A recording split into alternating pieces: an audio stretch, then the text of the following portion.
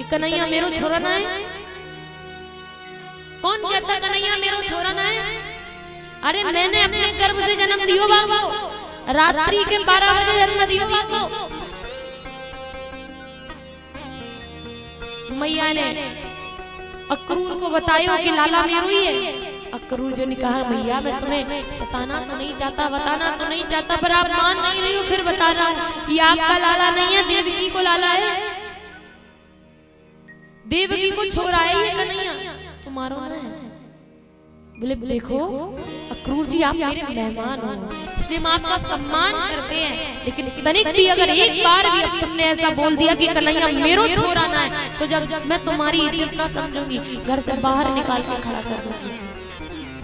क्योंकि लाख मेरो कन्हैया गलती करे, फिर भी मैं उन्हीं गोपियों को डांटती आई हूँ इतनी सालों से, 11 वर्ष से उन्हीं गोपियों को डांटती आई हूँ। भले मेरो कन्हैया गलती करे तो वो गोपियों को डांट के आऊं मैं, कहूं कि मेरो लाला चोरी करे ही ना, मेरो लाला ऐसे तो कर ही ना सके। तुम कह रहे हो कि लाला कर रहे हो, अरे ना। अक्रूर जी ने कहा भैया अगर कन्हैया तुम्हारा छोरा है तो कोई सबूत है? कोई कह सकता है कि जन्म लेते समय कन्हैया को किसने देखा? बोले हाँ देखा, रोहिणी जी ने देखा होगा। रोहिणी को बुलाया, रोहिणी इन्हें बताओ कि कन्हैया को तुमने जन्म लेते हुए देखा था? रोहिणी मैया ने कहा मैया यशोदा मैंने भी कन्हैया को जन्म लेते नहीं देखो। अरे मैंने तो तब जानी जब सुनंदा ने बताई, सुनंदा ने जब हल्ला कियो कि छोरा हो गए हो, छोरा हो गए हो, नंद को छोरा हो गए हो, तब मुंह को पता चली तो सुनंदा बुआ को बुलाया गया। जो नंद बाबा की 2 बहनें हैं, नंदा और सुनंदा, उनमें से सुनंदा बुआ को बुलाया और कहा बता दो जब क्रूर स्वभाव के अक्रूर को कि ये कन्हैया मेरो छोरा, बता दे इसको। सुनंदा ने भी कहा भाभी मैंने भी कन्हैया को देखा, लेकिन तब देखा जब वो जन्म लेकर के आपके पास लेटा हुआ था, मैंने भी वाको जन्म लेते ना देखो है। अक्रूर जी ने कहा समझ में आया ना, कन्हैया तुम्हारो नहीं है, अरे कन्हैया देवकी को लाला है। वसुदेव जी मध्य रात्रि में तुम्हारे घर पर लाला छोड़ गए, तो मैया ने कहा मेरे भी गर्भ से तो किसी ने जन्म लिया होगा। अक्रूर जी ने कहा लिया, एक कन्या ने जन्म लिया जिसे वसुदेव जी ले गए। उसी कन्या ने बताया कि कंस तेरा काल पल रहा है गोकुल में। मैया कहती है तू पागल हो गया है अक्रूर, तू बावला हो गया है, तुझे पता है ना 80 वर्ष तक मैं लाला के मुखड़े को देखने के लिए रोई हूँ। मैंने तपस्या की है भगवान की, हर मंदिर पर जाकर के सिर नवायो है, माथा फेरो है कि हमें एक लाला दे दे, एक संतान दे दे। और जब मेरो लाला मेरे घर आ गयो, आज 11 वर्ष बाद देवकी को याद आयो को मेरो लाला यशोदा के घर लेके आओ, कंस को आज याद आयो कि मेरो भांजो बाके घर लेके आओ। मैं अपने लाला को कतई तेरे साथ नहीं भेजूंगी। आज कन्हैया जब आए तो हाथ पकड़ के कहा कन्हैया ये क्रूर स्वभाव वाले से कह दे तो तू मेरो छोरो, कह दे इससे कि तू मेरो छोरो है। कन्हैया ने कहा मैया मैं तेरू ही लाला हूं। कौन कवे तेरो लाला नाम मैं, कौन कवे? अक्रूर जी से कह दिया सुनो अक्रूर जी मैं अपनी मैया ही को लाला हूं, भले मैंने काऊ और के गर्भ से जन्म लियो है, लेकिन मेरी मैया ने अपने स्तनों का पान मुंह को करायो है, अपनी गोदी में लेटा के मुंह को माखन मिश्री खवायो है। या मैया से बढ़ के वह देवकी वाली मैया ना हो सके? वाने तो जन्म लेते ही हमें भेज दियो, लेकिन यहाँ मैया ने मुंह को पालो है। अब ना कह दियो कि ये हमारी मैया ना है, मैं जाको छोड़ो ना।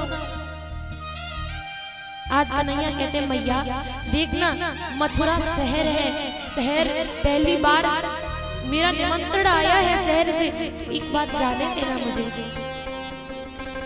मैया ने कहा लाला को वहां तो कतई नहीं आने दूंगी। कन्हैया ने कहा मैया तू हर बार होके गैया चराने की कहूं तो बोले लाला तेरे पैर में कंकर छिड़ जाएगी, तू गैया चराने नहीं जाना। कहूं बाहर घूमने जाऊं तो तू कहे लाला वहां नहीं जाना, ऐसा हो जाएगा। आज मैं कह रहा हूँ कि मथुरा शहर है, घूमने जाने दे, अब भी तू मना कर रही तो बिल्कुल बात नहीं करूंगा मैया। रोने लगे कन्हैया। मैया हम तो से बिल्कुल बात नहीं करेंगे। मैया ने कहा कन्हैया तेरी जिसमें खुशी है तू वही कर। तुझे मथुरा घूमना है, तुझे तेरे बाबा ले जाएंगे, तब घूम के आ जाना, लेकिन इस क्रूर के साथ मत जा। बोले मैया वहां के राजा ने बुलाया है तो जाना तो पड़ेगा ही ना। आज मैया पूरी रात रोई है कि मेरो लाला सुबह चलो जाएगा। लो कन्हैया माँ को सुबह छोड़ के चलो जाएगा। अब यार उनको त्याग दे, जब मैया को याद करने वालों ना है। गोपियों को जब पता चला कि कन्हैया व्रज छोड़ के जा रहे हैं, सारी गोपियों ने कृष्ण के द्वार पर ही डेरा डाल लिया। बोले कन्हैया तू इतना ढीठ हो गयो, तूने एक बार भी संदेशों नहीं भेजो कि गोपी में जा रहा हूँ तो मुझसे मिली जा, प्रेम करके ऐसे छोड़ो जावे। तू तो मेरे प्राण निकालना चाह रहा है, तू तो बिना बताए गायब होना चाह रहा है। क्या तेरे मन में कोई और आ गया क्या कन्हैया? एक बार भी तूने अपनी गोपी को, अपनी बावरी सी गोपियों को बताना नहीं चाहता तू कहाँ जा रही है? आज गोपियां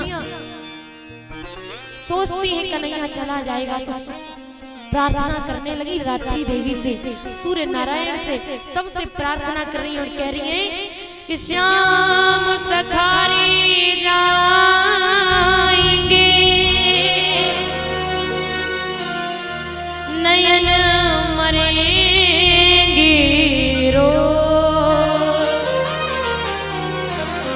ए विदना ऐसी कीजियो कि भोर कबू ना हो। हे विधाता, हे परम पिता परमेश्वर नारायण, एक बार इस गोपी की, इस प्रेमिका की बात मान ले। ये जो सुबह वाला सूरज निकलेगा ना तो उसके साथ साथ मेरे कन्हैया को भी ले जाएगा। ये सुबह का सूरज निकलेगा, मेरा कृष्ण मुझे छोड़कर चला जाएगा। इसलिए हे परमात्मा आज की रात्रि को इतना लंबा कर दे कि पूरा जीवन इसी रात्रि में बीत जाए, मेरा कन्हैया मुझे छोड़कर जाए ना, उसे मौका ही ना मिले छोड़कर जाने का। इसलिए हे श्याम, हे कन्हैया, हे ठाकुर, हे परमात्मा, इस कन्हैया को मुझसे दूर मत करो, इस रात्रि को लंबा बना दो, बहुत लंबा बना दो। सुबह हुई है, आज कन्हैया सबसे कहने लगे तुम चिंता मत करो, परसों आगामिष्यामि, परसों अवश्य आ जाऊंगा, बिल्कुल चिंता मत करो, मैं वचन देता हूँ परसों अवश्य आ जाऊंगा। सारी गोपियां कहती हैं लाला तू ऐसा कर, तू जा तो रही है ना, या रथ के नीचे कुचल को चले जा मको, ये रथ चढ़ा दे मेरे ऊपर, सबरी की सबरी एक ही बार में मर जाएंगी, क्योंकि तेरे इंतजार में इतना जी नहीं सकते। कन्हैया रोने लगे, अच्छा तुम्हें मेरी प्रसन्नता बिल्कुल प्रसन्न नहीं है, बिल्कुल भी पसंद नहीं है मेरी प्रसन्नता, तुम बिल्कुल नहीं चाहती कि कन्हैया प्रसन्न रहे। गोपियों ने कहा अरे लाला मेरी खुशी भी तुझे लग जाए, तेरे आने वाले जितने कष्ट हैं मुझे लग जाए, हम क्यों नहीं चाहेंगे कि मेरा कन्हैया खुश रहे। जा लाला, तेरी प्रसन्नता अगर मथुरा जाने में है तो तू जा, चला जा, हम तेरा इंतजार करेंगे। तेरे इंतजार में अगर तू पूरा जीवन नहीं आएगा तो पूरा जीवन निकाल दूंगी, लेकिन मैं इंतजार करूंगी, तू जरूर आएगा। कन्हैया रथ को लेकर के आगे चल दिए, आगे चल दिए। रास्ते में राधा रानी मिली, राधा रानी ने कहा कन्हैया कहाँ? बोले अब समय आ गया है जाने को, रुको नहीं। राधा रानी को ले जा करके साइड में कहा कि तुम तो सब जानती हो, तुमको क्या बताऊं, तुम तो मेरी शक्ति हो, तुम तो मेरी शक्ति हो, तुम्हें भी बताना पड़ेगा क्या? राधा रानी ने कहा तो छोड़ के चले जाओगे क्या? ऐसे ही विलकता छोड़ते चले जाओगे? कृष्ण ने कहा तुम्हारा मन है तो मेरे साथ चलो, मैं अपने साथ तुम्हें ले जाने को तैयार हूँ। राधा रानी ने हाथ जोड़ ली, कन्हैया अब की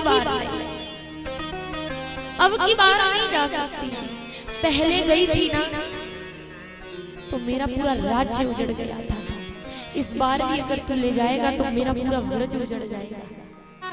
सीता का रूप रखा था। राम बन के तुम आए थे तो सीता को तुम साथ लेकर के चले गए।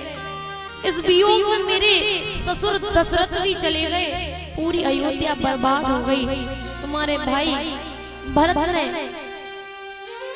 अपनी ऐसी दशा बनाई कि भगवान कोई ऐसी दशा किसी की ना बनाए। सब कुछ बर्बाद हो गया, सब कुछ खत्म हो गया, मैयाएं विधवा हो गई। पूरी अयोध्या बर्बादी पर टिकी हुई थी, इसलिए क्योंकि मैं तुम्हारे साथ चली गई। अगर तुम अकेले बन जाते और मैं अकेली बन में रहती तो कभी भी मेरे ससुर जी मरते नहीं, कभी भी अयोध्या यूं बिखरती नहीं, कभी भी राजा से हीन नहीं होती, कभी भी आपके भाई ये साधु वाला भेष नहीं रखते। इस बार भी तुम ले जा रहे हो। अब क्या इरादा है? अब के प्रेमियों को भी मारना चाहते हो क्या? पूरे ब्रज को बर्बाद करना चाहते हो क्या? मैं नहीं जा सकती तुम्हारे साथ। जाइए। आज कन्हैया ने वचन लिया, राधा रानी, राधे आज के बाद तुम्हारी आंखों से आंसू नहीं निकलने चाहिए। और ये लीजिए मेरी बांसुरी, इसके सहारे पूरे ब्रज की देखभाल करिए। तुम्हें पता है अब मैं बिल्कुल आने वाला नहीं, मैं लौट के नहीं आऊंगा। कन्हैया अपना रथ आगे दौड़ा दिए।